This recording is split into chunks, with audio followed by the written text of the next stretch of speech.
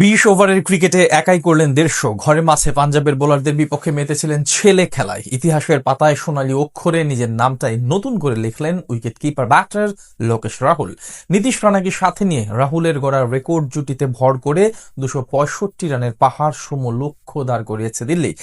Run পাহাড় তাড়া করতে নেমে ছেড়ে কথা বলেনি পাঞ্জাবও, লড়াই করেছে চোখে চোখ রেখে। সেখান থেকে ম্যাচের ফলাফল আর খুঁটিনাটি বিষয় নিয়ে বিস্তারিত জানবো প্রতিবেদনে।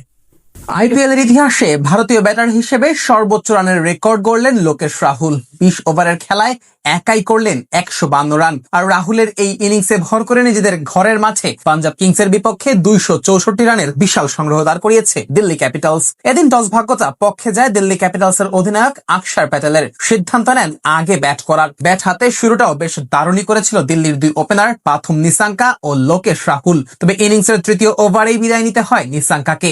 আর্শদীপের বলে প্রভসিমরন সিংকে ক্যাচ দিয়ে বিদায় নেন লঙ্কান এই ব্যাটার। এরপরের পুরো গল্পটাই লিখেছেন লোকেশ রাহুল ও নীতিশ রানা। দুজনে মিলে পাঞ্জাবের বোলারদের সাথে মেতে ওঠেন ছেলে খেলায়। একের পর এক 4 ছক্কায় পাওয়ার প্লেতে দলের সংগ্রহ নিয়ে যায় 1 উইকেট হারিয়ে 68তে। পাওয়ার প্লের পর অবশ্য রানের চাকায় কিছুটা লাগাম টেনে ধরে পাঞ্জাব। এরই মাঝে 10ম ওভারে অর্ধশতকের দেখা পেয়ে যান লোকেশ রাহুল। 26 বলে পূর্ণ করেন ব্যক্তিগত 50। সেই একই ওভারে দলীয় শতকে পৌঁছে যায় স্বাগতিকেরা। আর এরপরই রান তোলার গতি আরো বাড়িয়ে দেয় এই দুই ব্যাটার। ইনিংসের 12তম ওভারে জাভিয়ার বাটলেটের 1 ওভারে 4টি 4 ও 2টি ছক্কায় 28 রান তুলে নেন রানা। সেই সাথে 29 বলে পৌঁছে যান ব্যক্তিগত 50তে।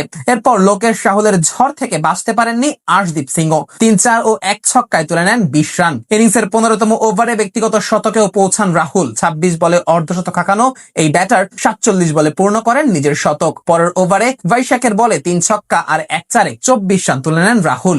সেই সাথে দলীয় 200তেও পৌঁছে যায় দিল্লি। অপর প্রান্ত থেকে নীতিশ রানাও যেন থামার নাম নিচ্ছিলেন না। একের পর এক 4 ছক্কায় তিনিও এগোচ্ছিলেন শতকের দিকে। তবে ইনিংসের 19তম ওভারে ফিরে যান বাটলেটের বলে। শ্রেয়াস আইয়ারকে মিড অফে ক্যাচ দিয়ে ফেরার আগে এই ব্যাটারের ব্যাটে রান আসে 44 বলে 91। আর তাতে করে ভেঙে যায় রাহুল ও রানার 220 রানের জুটি, যা কিনা আবার আইপিএল এর ইতিহাসের দ্বিতীয় সর্বোচ্চ। অন্যদিকে রাহুল তখনও ছিলেন অপরাজিত এবং ইনিংসের 20তম ওভারে 1 4 মেরে প্রথম ভারতীয় ব্যাটার হিসেবে 150 রানের মাইলফলক স্পর্শ করেছেন এই ব্যাটার। শেষ পর্যন্ত 152 রানে অপরাজিত থাকেন রাহুল এবং দিল্লির সংগ্রহ দ্বারায় 2 উইকেট হারিয়ে 264 রান। 264 রানের লক্ষ্যে ব্যাট করতে নেমে ঝড় শুরু পায় পাঞ্জাব কিংসও। ব্যাট হাতে ঝড় তোলেন পাঞ্জাবের দুই ওপেনার প্রভসিমরন সিং ও প্রিয়াংশ আরিয়া। প্রথম বল থেকেই 4 ছক্কার ফুলঝুরিতে ইনিংসের তৃতীয় ওভারেই দলের রান 50 পার করে ফেলেন এই দুই ব্যাটার। পুরো পাওয়ার প্লে জুড়েই ঝড়ো ব্যাটিং করা পাঞ্জাব দলীয় শতকে পৌঁছে যায় ইনিংসের 6ষ্ঠ ওভারেই। সেই একই ওভারে মুকেশ কুমারের বলে 6টি 4 হাঁকান প্রভসিমরন। সেই সাথে মাত্র 18 বলেই পূর্ণ করেন ব্যক্তিগত 50। পাওয়ার প্লেতেই পাঞ্জাবের সংগ্রহ দ্বারায় বিনা উইকেটে 116 রান। তবে এরপরই ম্যাচে ফেরে দিল্লি। আকসার ও কুলদীপের স্পিন জাদুতে দ্রুতই 3 উইকেট হারিয়ে ফেলে টেবিল টপাররা।